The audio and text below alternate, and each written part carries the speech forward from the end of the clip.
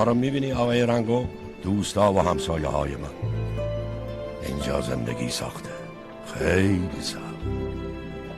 میدونی روزها رو چطوری سپری میکنن؟ با امید، با امید اینکه روزی اوضاع بهتر بشه، با امید روزی که آب دوباره بیاد. با تمام این بدبختی ها باور دارن که فردایی بهتر در انتظارشونه. آدم با امید زنده است. الانم امیدشون تویی. برش دار آقای رنگو، سرنوشت منتظرته.